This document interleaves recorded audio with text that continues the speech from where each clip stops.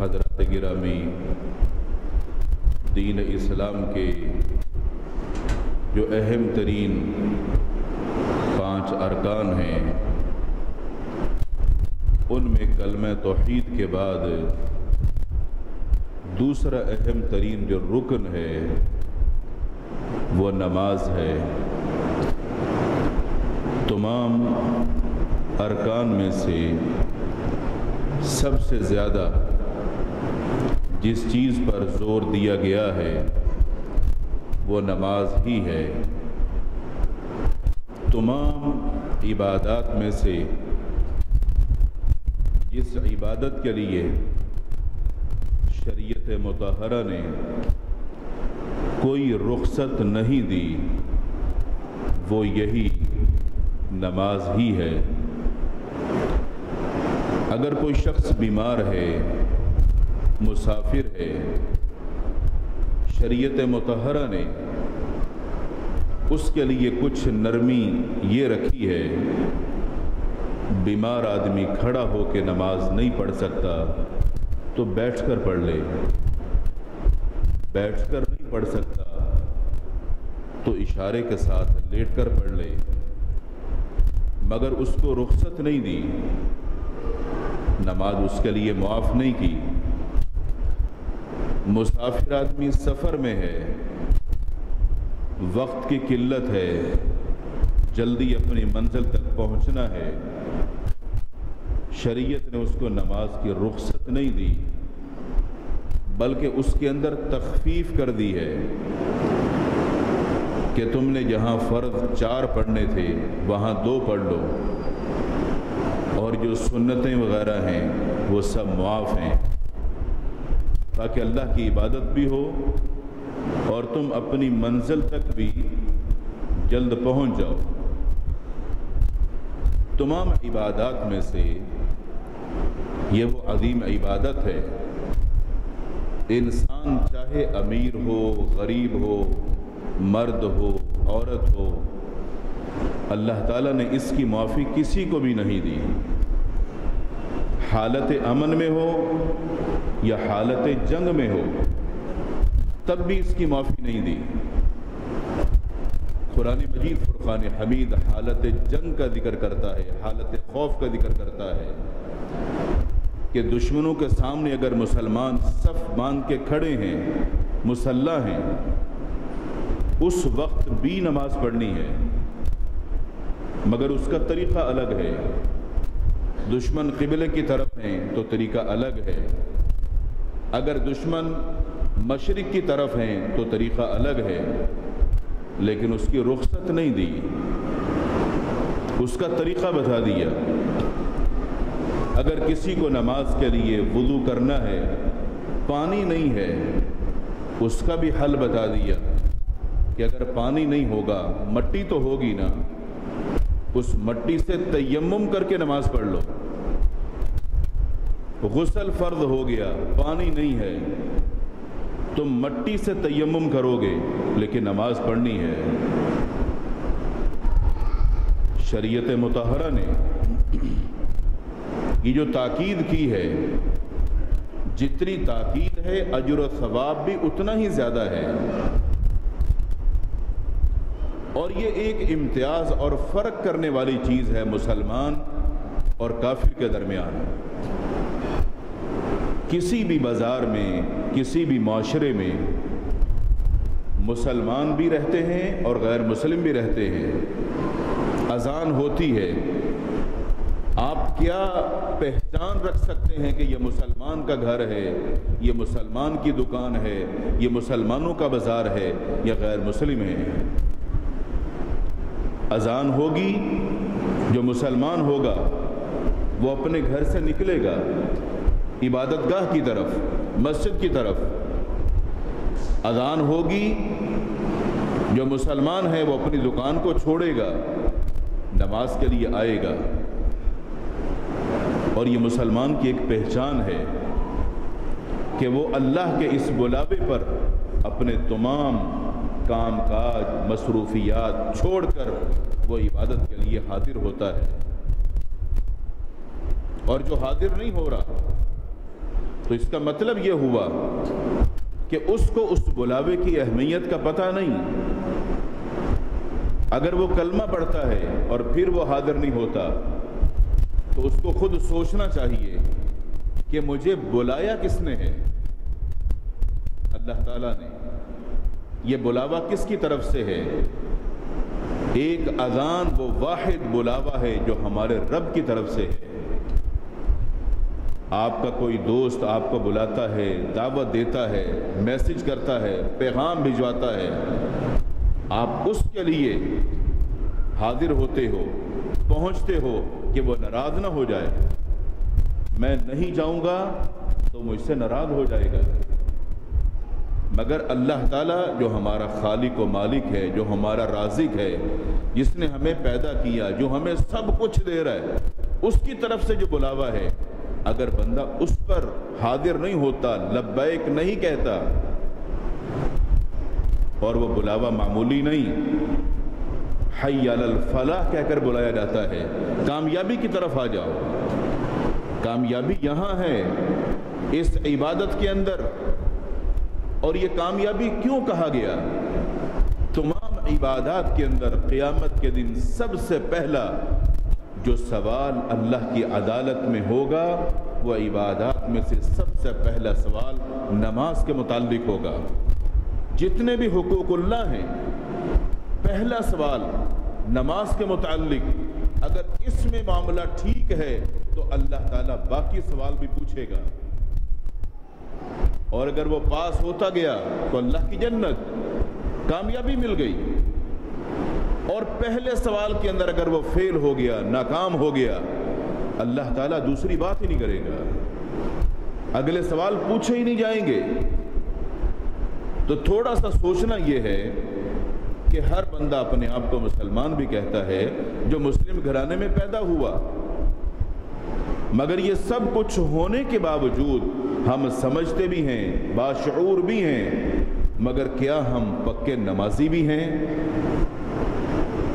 کیا پہچان ہوگی ایک مسلمان کی اور کافر کی، جبکہ معاشرے میں دونوں برابر سرابر زندگی گزار رہے ہیں؟ اگر اذان پر وہ لبیک کہتے ہوئے حاضر ہوتا ہے تو یہ اس کی پہچان ہے کہ یہ بندہ مسلمان ہے، یہ بندہ اپنے رب کے بلاوے پر حاضر ہوا۔ اور اگر وہ حاضر نہیں ہوتا تو پھر سمجھ لیجئے کہ یا تو یہ بندہ مسلمان نہیں ہے، یا پھر یہ بندہ اذان سن کر اس کو نظر انداز کر رہا ہے۔ کس کے بلاوے کو؟ اللہ کے بلاوے کو۔ اللہ نے اس کو بنایا، اس کو پیدا کیا، اس کو بڑا کیا، اللہ نے کیا نہیں دیا؟ اگر وہ رب کسی کو معذور کر دے تو انسان اس کا کچھ نہیں بگاڑ سکتا۔ اگر وہ اس سے کوئی نعمت چھین لے، اس کو اندھا کر دے، لنگڑا کر دے، اس کی زبان کے اندر قوت جو گویائی ہے، اللہ اس کو ختم کر دے، انسان کیا کر سکتا ہے اللہ کا؟ مگر یہ انسان جس کو اللہ نے سب کچھ دیا، اس پر یہ لازم کر دیا کہ تو نے میرا شکر ادا کرنے کے لیے، تو نے میری عبادت کے لیے آنا ہے، تمہاری یہ جو حاضری ہے یہ اس کی دی ہوئی نعمتوں کا ایک شکرانہ ہے، تم نے شکر ادا کرنا ہے، اور جتنا تم شکر ادا کرو گے، لَإِن شَكَرْتُمْ لَأَزِيدَنَّكُمْ، تو میں تمہیں اس سے بھی زیادہ دوں گا۔ یہ نعمتیں تو کچھ بھی نہیں ہیں، تم شکر ادا کرنے لگ جاؤ، میں تمہاری ان نعمتوں کے اندر اضافے کر دوں گا، برکتیں کر دوں گا۔ یہ اللہ کا وعدہ ہے اپنے بندوں کے ساتھ۔ اللہ تعالیٰ کی طرف سے جتنی بھی عبادات بتلائی گئیں، شروع سے لے کر آخری پیغمبر جناب محمد الرسول اللہ صلی اللہ علیہ وسلم تک جو فرشتہ اللہ کا پیغام اللہ کے پیغمبروں پر لے کے آتا تھا، وہ جبریل علیہ السلام تھے۔ ہر دور میں جو بھی وحی نازل کی گئی، وہ یہی جبریل علیہ السلام وحی لے کر آتے ہیں۔ رسول اکرم صلی اللہ علیہ وآلہ وسلم پر بھی یہ اللہ کا پیغام یہی فرشتہ لے کر آتا تھا۔ تو جتنی عبادات ہیں سب کے لیے اللہ نے وقتاً فوقتاً جبریل علیہ السلام کو بھیجا، آسمان سے اترے، زمین پر آئے، پیغمبر سے ملے، اللہ کا پیغام دیا۔ آپ نے وہ پیغام اپنی امت کے لوگوں کو سنایا اور بتایا اور سمجھایا۔ تمام عبادات میں سے صرف ایک واحد عبادت نماز ہے جس کا پیغام دے کر اللہ نے جبریل کو نہیں بھیجا کہ وہ وحی لے کر جائے اور پیغمبر صلی اللہ علیہ وسلم کو سنا دے، نہیں، اللہ تعالیٰ نے یہ پیغام دینے کے لیے، یہ تحفہ دینے کے لیے رسول اکرم صلی اللہ علیہ وسلم کو بلایا کہ آپ کو زمین سے آسمانوں کی طرف آنا ہوگا، اللہ نے آپ کو بلایا ہے۔ رسول اکرم صلی اللہ علیہ وسلم نے یہ عظیم سفر، جس کو سفر معراج کہا جاتا ہے، زمین سے یہ سفر شروع ہوا اور آسمان کی بلندیوں کو چھوتا ہوا سدرۃ المنتہا تک پہنچے، جہاں اللہ نے آپ کو بلایا اس مقام تک آپ پہنچے اور حاضر ہوئے، اور اللہ تعالیٰ نے جو آپ صلی اللہ علیہ وسلم کو عظیم تحفے عطا فرمائے، ان میں سے ایک تحفہ فرمائے کہ یہ نماز ہے، اور یہ نماز صرف امت محمدیہ پر فرض نہیں، ہر امت پر اللہ نے عبادت فرض کی، اور یہ ہم سے پہلے بھی لوگ نماز پڑھتے تھے، نبوت ملنے سے پہلے بھی عرب کے معاشرے کے اندر نماز موجود تھی، اسی طرح حج بھی لوگ کرتے تھے، بیت اللہ کا طواف بھی کرتے تھے، عبادات موجود تھی۔ ہر دور میں اللہ نے طریقہ مختلف رکھا، جیسے قربانی ہر دور میں تھی، طریقہ الگ تھا، امت محمدیہ کے لیے نماز کا یہ پیغام ملا تو اللہ نے فرمایا آپ کے لیے تحفہ ہے، آپ کی امت کے لیے 50 نمازوں کا۔ رسول اکرم صلی اللہ علیہ وسلم کی آسمانوں پر دیگر انبیاء اور رسل سے ملاقاتیں ہوئیں، جب یہ تحفہ لے کر واپس پلٹنے لگے تو آسمانوں پر ہی موسیٰ علیہ السلام سے ملاقات ہوئی، کیونکہ اللہ کے پیغمبر موسیٰ علیہ السلام اس سے پہلے زمین پر اپنی نبوت والی ذمہ داری کو نبھا کے گئے تھے، ان کو سب پتہ تھا، تجربہ تھا، مشاہدہ تھا، تو انہوں نے اللہ کے رسول صلی اللہ علیہ وسلم سے کہا کہ یہ 50 نمازیں امت کے لوگوں پر بھاری ہوں گی، میرا تجربہ ہے کہ لوگ کتنے دیندار ہوں گے، کتنی عبادت کی طرف آئیں گے، 50 نمازیں ان کے لیے مشکل ہوں گی، آپ اللہ کے حضور عرض کیجئے، درخواست کیجئے، اللہ ان عبادات کے اندر کچھ کمی کر دیجئے، تخفیف کر دیجئے۔ اللہ نے کچھ کمی کر دی رسول اکرم صلی اللہ علیہ وسلم کی گزارش پر، کچھ کم ہوئی، پھر موسیٰ علیہ السلام سے ملاقات ہوئی، آپ کو بتایا اتنی کم ہو گئی، فرمایا اور کم کراؤ، ابھی بھی زیادہ ہیں، 2-3 مرتبہ اللہ کے حضور حاضر ہونے پر تخفیف ہوتی رہی، جب 5 باقی رہ گئیں تو موسیٰ علیہ السلام نے فرمایا یہ 5 بھی ان لوگوں کے لیے مشکل ہوں گی، کم کروا لیجئے۔ اللہ کے رسول صلی اللہ علیہ وسلم نے کیا فرمایا؟ فرمایا اب تو مجھے اللہ کے حضور حاضر ہوتے ہوئے بھی شرم آ رہی ہے کہ 5 نمازیں ہیں، ان کو اور کم کراؤں اور تخفیف ہو۔ آپ صلی اللہ علیہ وسلم دوبارہ 5 نمازوں کو مزید کم کروانے کے لیے نہیں گئے۔ اللہ نے کیا فرمایا؟ اللہ رب العالمین نے رسول اکرم صلی اللہ علیہ وآلہ وسلم کو تخفیف کر کے جب 5 نمازیں عطا فرما دی، فرمایا ہی 5، یہ 5 ہی ہیں، اور یہ بات یاد رکھنا ہی 50، یہ جو ہمارے پاس لکھی ہوئی ہے نا وہ 50 ہی ہے، جو ہمارے پاس لکھی ہے ہماری کتاب کے اندر وہ 50 ہی ہیں، وہاں سے وہ مٹائی نہیں جائیں گی۔ آپ کی گزارش کرنے پر ہم نے کم کر کے آپ کو 5 دے دی، ہمارے پاس کیا لکھا ہوا ہے؟ 50۔ 5 پڑھو گے ثواب وہی 50 کا ملے گا. وہاں سے جو ہم نے جاری کر دیا اس میں کمی نہیں ہوگی, ثواب تمہیں 50 کا ہی ملے گا. پڑھنی کتنی ہے؟ 5. اور آج صورتحال معاشرے کے اندر ہر مسلمان گھرانہ اپنے اہل و عیال کا معاملہ دیکھے کہ ہم کتنے نمازی ہیں. مساجد کے اندر نمازیوں کی کتنی حاضری ہوتی ہے. آپ جہاں ڈیوٹی کرتے ہیں, جہاں آپ کی دکان ہے, جہاں آپ کا کاروبار ہے, آپ کتنی نمازیں پابندی کے ساتھ پڑھتے ہیں. بل الانسان علی نفسہ بصیرہ, اپنے بارے میں ہر بندہ اچھی طرح جانتا ہے. اور آپ دیکھ لیں اللہ تعالیٰ کی طرف سے کوئی ایک جھٹکا آ جائے جیسے ماضی کے اندر ہوتا رہا. اللہ تعالیٰ جھنجھوڑتا ہے بندوں کو اور زمین کو. جب زلزلے کا جھٹکا آتا ہے تو لوگ اپنے بنگلے, اپنی کوٹھیاں سب کو چھوڑ چھاڑ کے پھر مسجد میں حاضر ہوتے ہیں. اور یہ اللہ جھنجھوڑتا کیوں ہے؟ اپنی طاقت دکھانے کے لیے, اپنی قدرت دکھانے کے لیے کہ جس زمین پر تم اکڑ کے چل رہے ہو, جو سمجھتے ہو کہ تم اس کے مالک ہو, یہ زمین ہم نے بنائی, تمہارے لیے ہم نے بچھائی, اور ہم نے تمہیں یہاں مسکن اور رہائش دی ہے, اور تم اتنے اتراتے ہو کہ تم ہمیں بھول گئے.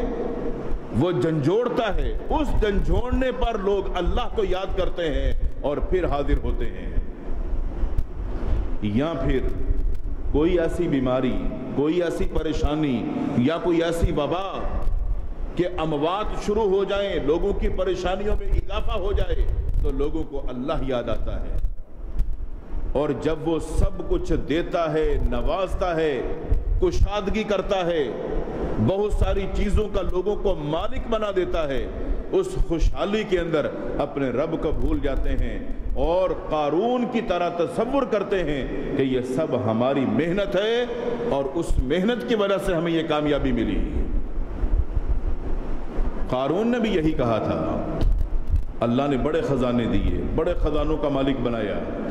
کہا انما اوتیتہ علی علم عندی, میرے پاس کاروبار کرنے کے ایسے گر اور طریقے ہیں جس سے میں نے یہ پیسہ کمایا. لوگوں نے کہا نہیں, یہ محنت نہیں, یہ تو اللہ کی طرف سے ہے.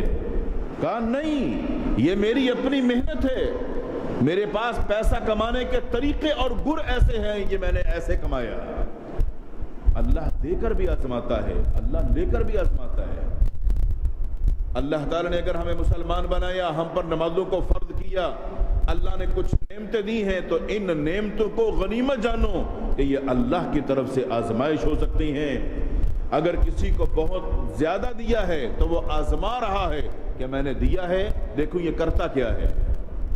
اس کو تو سب پتہ اس نے کیا کرنا ہے, تاکہ لوگ بھی دیکھیں.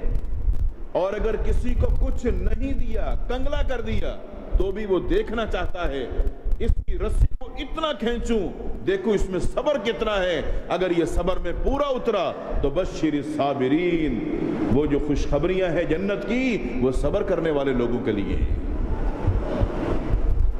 تو اللہ تعالیٰ اپنے بندوں کو اتنی ساری نعمتیں دے رہا ہے, تو کیا اللہ کا یہ حق نہیں کہ ہم 5 وقت نماز کے لیے اللہ کے حضور حاضر ہوں, اپنا گھر چھوڑ کے, دکان چھوڑ کے, کاروبار چھوڑ کے اللہ کے حضور حاضر ہوں, اور اپنے رب سے آ کر چند باتیں کر لیں. رسول اکرم صلی اللہ علیہ وسلم نے سورۃ الفاتحہ کا ذکر کیا کہ جب بندہ سورۃ الفاتحہ پڑھتا ہے تو اس کے اندر اپنے رب سے وہ ہم کلام ہوتا ہے اور باتیں کرتا ہے. کچھ کلمات اللہ کی تعریف کے ہوتے ہیں, اور اس میں کچھ باتیں یہ اللہ سے کرتا ہے اور ان میں اللہ سے سوال کرتا ہے, اللہ صراط مستقیم پر چلا مجھے, اللہ مجھے انعام یافتہ جو لوگ ہیں ان کے راستے پہ چلا, جو راستہ تیرے نبیوں کا ہے, جو صدیقین کا ہے, جو شہداء کا ہے, جو صالحین کا ہے. یہ اللہ سے مانگ رہا ہے اور دعائیں کر رہا ہے, اور اللہ اس پر خوش ہوتا ہے کہ دیکھو میرے بندے نے میری تعریف کی, میری بزرگی کو بیان کیا, اور میری تعریف اور بزرگی کرنے کے بعد اب یہ مجھ سے مانگ رہا ہے. اور آخر میں کہتا ہے آمین، اللہ میری دعا قبول بھی فرما لے۔ تو ان دعاؤں کو قبول کر کے اللہ اس کو کیا کچھ عطا فرمائے گا، یہ تو سوچ بھی نہیں سکتا۔ اللہ کی نظر میں دنیا کی حیثیت مچھر کے پر جتنی بھی نہیں ہے۔ فرمایا اگر اللہ کی نظر میں اس دنیا کی حیثیت مچھر کے پر جتنی ہوتی، اللہ کسی کافر کو گھونٹ پانی کا بھی نہ دیتا۔ اللہ کی نظر میں دنیا کی کوئی حیثیت نہیں، اور ہماری نظر میں دنیا کی بڑی اہمیت ہے۔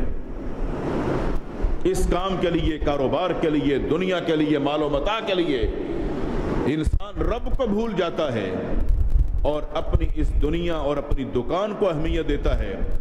فرمایا یا ایھا الذین آمنوا لا تلہکم اموالکم ولا اولادکم عن ذکر اللہ۔ اے ایمان والو، کہیں ایسا نہ ہو کہ تمہاری اولادیں اور تمہارا مال تمہیں اللہ کے ذکر سے غافل کر دیں۔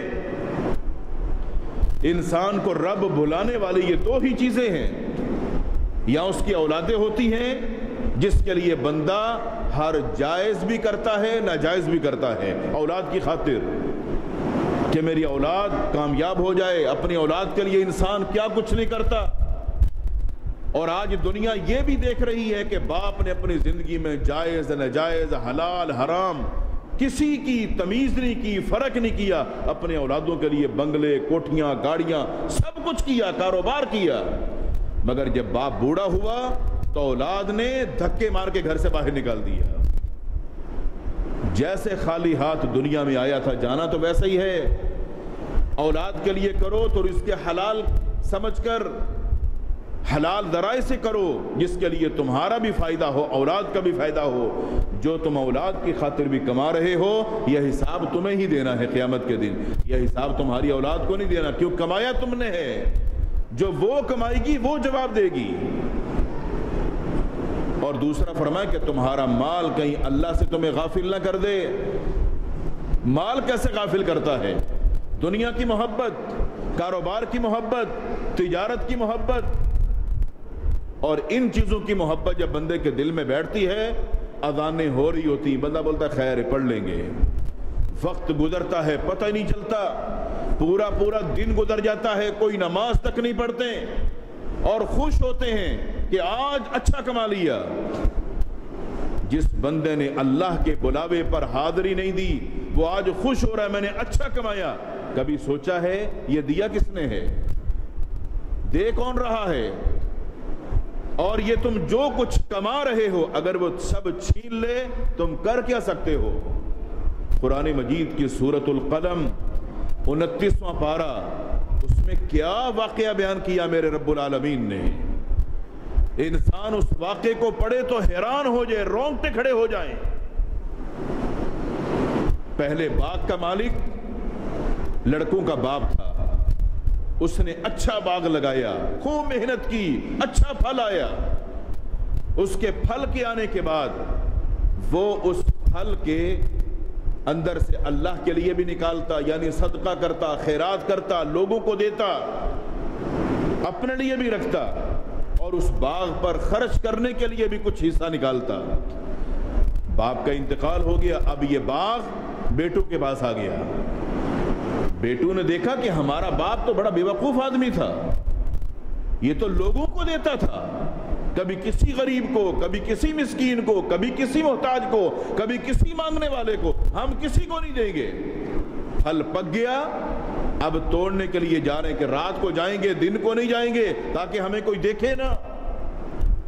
جس نے یہ اگایا ہے، جس نے پھل لگایا ہے، اس کے لیے رات اور دن کا فرق نہیں ہے کہ یہ اندھیرا ہے یا روشنی، وہ سب دیکھ رہا ہے۔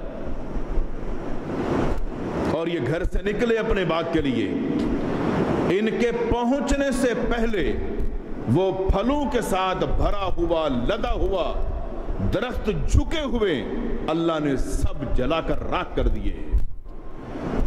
جب اس جگہ پر جا کر پہنچے تو کہنے لگے شاید ہم راستہ بھول گئے ہیں، اندھیرا ہے نا، شاید راستہ بھول گئے۔ ایک نے کہا نہیں، راستہ نہیں بھولیں، یہ نیتوں کا جو فطور ہے اس کی وجہ سے ایسا ہوا۔ ان کو یہ نہیں پتا تھا کہ یہ اللہ تعالی ہمیں جو دے رہا ہے، یہ غریب غربا جن کو ہم دیتے ہیں، جن کو سمجھتے ہیں یہ مستحق ہیں، جو ہم ان کو دیتے ہیں، ان کی دعاؤں کا اثر ہے کہ اللہ ہمارے کام، کاروبار، باغ، فیکٹری، تجارت اور ان چیزوں سے ان لوگوں کے جو چولہے جل رہے ہیں، ان کی دعاؤں کا اثر ہے کہ میرے کاروبار کو 4 چاند لگے ہوئے ہیں۔ انسان کی سوچ یہاں تک پہنچتی نہیں ہے۔ آج کا انسان اپنے کام کاروبار پر قارون کی طرح قابض ہو کے بیٹھا ہے اور رب یاد ہی نہیں ہے۔ وہ کہتا ہے میرے پاس تو سر کھجانے کے لیے بھی ٹائم نہیں ہے۔ اگر کوئی دکان کا ملازم، کوئی نوکر نماز کے لیے وقت مانگ لے، 15-20 منٹ سے زیادہ لگ جائے تو اس پر بھی غصے ہوتا ہے کہ تو سارا دن نمازیں پڑھتا رہتا ہے۔ تم کیا جانو کہ ان لوگوں کی دعاؤں کی وجہ سے اللہ تمہیں روزگار دے رہا ہے۔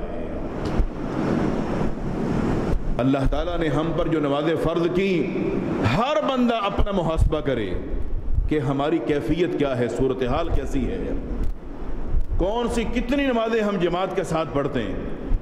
اور کئی سارے تو میں اپنے دوست اور بھائیوں کے چہرے دیکھتا ہوں جن کو صرف میں جمعے کے دن دیکھتا ہوں، اور کئی تو ایسے ہیں جو جمعے کے دن آخری منٹوں کے اندر مسجد میں داخل ہوتے ہیں، ہوتے یہی ہیں نیول کے اندر، کسی نماز میں بھی نہیں آتے ہیں۔ یا تو آپ کے مسلمان ہونے میں شک ہے یا پھر معاملہ آپ کے ایمان کی کمزوری کا ہے۔ یہ فریضہ اللہ کی طرف سے ہے، اس فریضے سے کب تک بھاگیں گے؟ مر کے واپس آنا کہاں پر ہے؟ اللہ کے پاس۔ جس کو منہ دکھانا ہے، جس نے پوچھنا ہے، سوال کرنا ہے، اس کو راضی کرنے کے لیے عمل کیا کیا، محنت کیا کی؟ اس فریضے کو اللہ نے معاف تو کیا ہی نہیں۔ اور کتنے سارے لوگ ہیں وہ نماز کا وقت ہوتا ہے تو بہانہ، جی میرے کپڑے صاف نہیں ہیں۔ کپڑے تو کبھی بھی صاف نہیں ہوں گے، صاف تو کفن ہوتا ہے، کفن جس پر کوئی داغ نہیں ہوتا، جس پر کوئی سلائی نہیں ہوتی۔ صاف تو وہ ہوتا ہے جس پر کسی درزی کا ہاتھ بھی نہیں لگا ہوتا۔ باقی کپڑے، آپ کا دل صاف ہونا چاہیے۔ اصل معاملہ دل کا ہے، دل صاف ہوگا تو آپ کو نماز پڑھنے میں مزہ آئے گا۔ جب تک آپ زندہ ہیں، چلتے پھرتے ہیں، کپڑوں پر داغ تو لگتے رہیں گے۔ اور آج کل ویسے بھی مشہوریاں یہی چل رہی ہیں، داغ تو اچھے ہوتے ہیں۔ تو ضرورت ہے دلوں کو صاف کرنے کی۔ جب دل صاف ہوگا تو کپڑے صاف ہو جائیں گے۔ اور یقین جانیے، مساجد کی طرف جب آپ آتے ہیں، وضو خانے پر پہنچتے ہیں، کتنے اللہ والے ہیں جو آپ کے ہاتھ دھونے کے لیے وضو خانے پہ صابن بھی لا کے رکھتے ہیں کہ ہمارے وہ بھائی، وہ مسلمان جو ایسا کام کرتے ہیں، محنت مزدوری کرتے ہیں، ان کے ہاتھ گندے ہوتے ہیں، اپنے ہاتھوں کو وہ صابن سے دھو لیں۔ آپ نے کبھی سوچا کہ آپ لوگوں کے ساتھ محبت کرنے والے وہ اللہ کے بندے جو نمازیوں کا اتنا خیال کر رہے ہیں، اور یہ وہ واحد جگہ ہوتی ہے اللہ کی مسجد، اللہ کا گھر، جہاں پر آپ کا 1 روپیہ بھی خرچ نہیں ہوتا۔ آپ آتے ہو سیٹھوں کی طرح، نوابوں کی طرح، بادشاہوں کی طرح۔ آپ آتے ہیں، آپ کے لیے گیٹ کھلا ہوا ہے، آپ آتے ہیں، آپ کے لیے ٹینکی فل ہے، آپ وضو کرتے ہیں، واش روم آپ کے لیے صاف ہے، مسجد آپ کے لیے صاف ہے، پوچھا لگا کے چمکا دی گئی، پنکھا بھی چل رہا، لائٹیں بھی چل رہی ہیں، آپ نے قرآن پڑھنا، آپ کے لیے قرآن بھی رکھا ہوا ہے۔ اتنی اہمیت تو آپ کے گھر میں نہیں ہے جتنی اللہ کے گھر میں ہے۔ آپ یہاں آتے ہیں اللہ کے مہمان بننے کے لیے۔ کون پسند کرتا ہے کہ میں اللہ کا مہمان بنوں؟ ذرا سوچئے تو صحیح۔ اور اللہ کتنا خوش ہوتا ہوگا، میرا بندہ سب کو چھوڑ چھاڑ کے آج میری بارگاہ میں آیا ہے۔ اور اللہ کتنا خوش ہوتا ہوگا کہ آج یہ میرا مہمان بن کے آیا ہے۔ اور میزبان کون ہے؟ خود رب العالمین۔ فرمایا میرا یہ بندہ سب سے زیادہ میرے قریب جب ہوتا ہے جب یہ سجدے میں ہوتا ہے۔ ذرا سجدہ کر کے دیکھو تو صحیح۔ جتنا آپ کا سجدہ لمبا، جتنی آپ کی دعائیں زیادہ ہیں، آپ اپنے رب سے باتیں کر رہے ہیں، رب سے مانگ رہے ہیں۔ آپ سیدھے ہو جائیں، آپ کے سارے معاملات سیدھے ہو جائیں گے۔ یہ جو معاملات خراب ہیں، پریشانیاں ہیں، یہ اس لیے ہیں کہ ہم لوگ سیدھے نہیں ہیں، اپنے رب کے ساتھ ہم مخلص نہیں ہیں، سچے نہیں ہیں۔ اس نے کیا کچھ نہیں دیا. یہ ہمارے اعمال کی سزا ہے. اعمال ٹھیک نہیں ہے، معاملات ٹھیک نہیں ہے. جب اعمال ٹھیک نہیں ہے، لوگ ٹھیک نہیں ہے، نیتیں ٹھیک نہیں ہے، تو فرمایا جیسے تم ہوگے تمہارے حکمران بھی ویسا ہی ہوں گے. پورا آوے کا آوا بگڑا ہوگا. سیدھے ہو جاؤ، اللہ تعالیٰ معاملات کو ٹھیک کر دے گا. اور قرآن مجید فرقان حمید کے اندر کامیابی کا راز بتایا. قد افلح المؤمنون، تحقیق کامیاب ہو گئے مومن. کامیاب ہوں گے نہیں کہا، کامیاب ہو جائیں گے نہیں کہا، مومن کامیاب ہو گئے. الذین هم فی صلاتہم خاشعون، وہ مومن جو اپنی نمازوں کے اندر خشوع اور خضوع، توجہ اور دھیان رکھتے ہیں، وہ نمازی کامیاب ہو گئے. نماز کی طرف ان کی توجہ ہوتی ہے. کام میں ہوتے ہیں، کاروبار میں ہوتے ہیں، مصروف ہوتے ہیں، توجہ نماز کی طرف ہوتی ہے. کہیں نماز نکل نہ جائے، نماز رہ نہ جائے. اور جب نماز کے لیے آتے ہیں، حاضر ہوتے ہیں، تو نماز پڑھتے ہیں تو توجہ بھی نماز کے اندر ہوتی ہے. یہ مومن کامیاب ہیں. کیونکہ نمازیوں کی بھی قسمیں ہوتی ہیں. بعض گھر سے تنگ ہوتے ہیں تو دیکھتے ہیں اور کوئی جگہ نہیں ہے، مسجد میں پہنچ جاتے ہیں. بعض لوگ مسجد میں آتے ہیں، نماز میں دل نہیں لگتا، لیکن پڑھتے ہیں کہ لوگ یہ نہ بولیں کہ یہ نماز نہیں پڑھتا. بعض نماز پڑھتے ہیں، نماز کے اندر بھی ان کا دھیان نماز کی جگہ پہ نہیں ہوتا، ادھر ادھر ہوتا. کون کیا کر رہا ہے؟ کوئی باتیں کر رہا ہے تو اس کے قریب نماز شروع کر دیں گے سننے کے لیے باتیں کیا کر رہا ہے. تو نمازیوں کی بھی قسمیں ہوتی ہیں. اللہ نے ان تمام قسموں کو چھوڑ کر ایک کا ذکر کیا، الذین هم فی صلاتہم خاشعون، جو اپنی نمازوں کے اندر پوری توجہ کرنے والے، خشوع اور خضوع اختیار کرنے والے، وہ نمازی کامیاب ہیں. جس کو نماز کی فکر ہے، جب نماز پڑھتا تو پتہ ہوتی ہے میری رکعت کون سی ہے. آج کل تو نمازیوں کی حالت یہ کہ پڑھتے ہیں دوسری رکعت، یہ پتہ نہیں ہوتا دوسری ہے کہ تیسری ہے. ہر نماز کے اندر بھولے ہوئے ہوتے ہیں، ہر نماز کی آخری رکعت کے اندر سجدہ صاحب کر رہے ہوتے، توجہ ہی نہیں ہے. آپ اندازہ کیجئے ہم مسلمان ہیں اور یہ ہماری حالت ہے، یہ ہماری کیفیت ہے. ٹینشنوں کا مرکز بنے ہوئے. اللہ نے یہ گھر اپنے اس لیے بنوائے کہ سب پریشانیوں کو باہر چھوڑ کے میرے حضور آ جاؤ. جو پریشانیاں ہیں مجھ سے کہو، لوگوں سے نہیں. لوگ پریشانیاں دیتے ہیں، اللہ مٹاتا ہے، وہ ختم کرتا ہے. کبھی اللہ کے سامنے آ کے اپنی پریشانیوں کو رکھو تو صحیح. اور ہر بندہ اپنا محاسبہ کرے. کلمہ میں نے پڑھا، مسلمان ہوں، مسلمان گھرانے میں پیدا ہوا ہوں، اتنا بڑا ہو گیا ہوں، اللہ نے کیا کچھ نہیں دیا. اور اگر کچھ کمی ہے کہ مجھے یہ ملنا چاہیے تھا نہیں ملی، تو میں نے کبھی اپنے رب سے دعا کرتے ہوئے، دعا کے جو آداب ہیں ان آداب کو سامنے رکھ کر کبھی میں نے دعا مانگی ہے؟ کبھی میں نے اللہ کے سامنے نماز ایسی پڑھی ہے کہ جو میرے رب کو پسند آ جائے؟ اگر یہ ساری کمیاں ہیں ان کو دور کرنے کی کوشش کیجیے. اور مساجد کے اندر 5 وقت کے پکے نمازی بننے کی کوشش کریں. جمعے کے جمعے نہیں، عید کی عید نہیں. اگر آپ یہاں ہوتے ہیں، اپنے کام کو، کاروبار کو آپ چھوڑ سکتے ہیں، دکان کو 2 منٹ کے لیے آپ روک سکتے ہیں. جو آپ کا گاہک ہے، یقین جانیے اللہ کی قسم وہ کہیں بھی نہیں جائے گا. اور یہ میرا تجربہ ہے.